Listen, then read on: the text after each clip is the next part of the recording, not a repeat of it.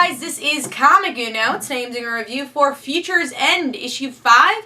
It's been a pretty solid event weekly series for me. It's been a surprise, especially those first 3 issues. So before I start talking about Future's End, I do want to give you guys a couple updates though. First update, of course, I have Comic Uno episode 51, and that's a show where I review all the comics I've read this week in one show, and here are those exclusive comics. We have Grimm Fairy Tales, issue 98, and Tiny Titans Return to the Treehouse, issue 1, which I'll also have an in-depth review on Comic Frontline for that.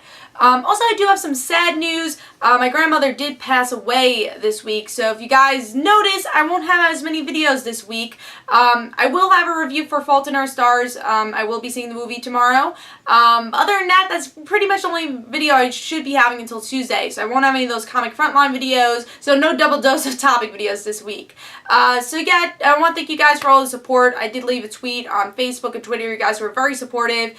So thank you. I just want to give you guys that update to just tell you why I wouldn't be on the internet as much. But let's talk about Future's End, issue 5. Cool cover. We get to see a little bit of Firestorm, which I think is one of the stronger parts of Future's End was Firestorm and Grifter. And I would say even Green Arrow, but obviously the Green Arrow part is over.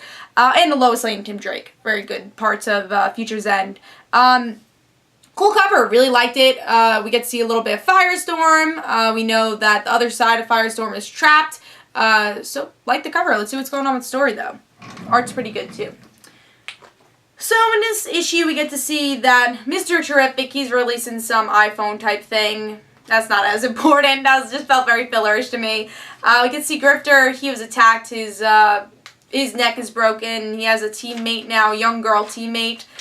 In the issue, so that's Grifter's part. And then we get to a little bit more interesting parts, which is Firestorm. The other half of Firestorm, which I don't know their names, I'm not a big Firestorm fan, but the other half of Firestorm that's not the active one, he's been trapped for weeks, and he's very good in school, and he is angry at his partner and says, hey, you know what, we're not doing this anymore. And his partner is like, yeah, let's quit being Firestorm. So Firestorm is not going to exist anymore for now. We'll see what happens.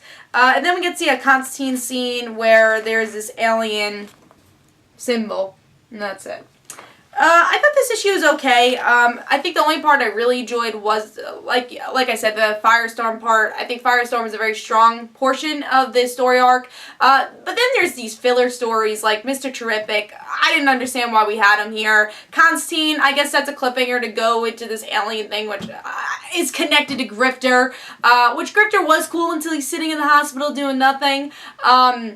Yeah, I think more story I would like to see progress is maybe Batman Beyond, yeah, maybe Tim Drake. I think that's an interesting story, and those are stories we're not really concentrating on as much, or concentrating on more of those characters that their series were canceled, and for some reason they want to tell all these character stories in one big event called Future's End, which at first I was very skeptical about. I'm like, oh, do I really want to see that? Do I want to see these C-list characters, or just characters obviously people didn't care about enough because it got canceled, and characters I don't really care about? I think they did a good job with some of them, like Grifter, you know, we learned a little bit more about him, but then there's others like this woman that could run fast. I don't even know who she is. She just randomly popped in here. And I think they don't really explain them for people that, a lot of people that might not know them. And I've seen this a lot throughout Future's End, and like, why should I care about Frankenstein? And that was the last issue.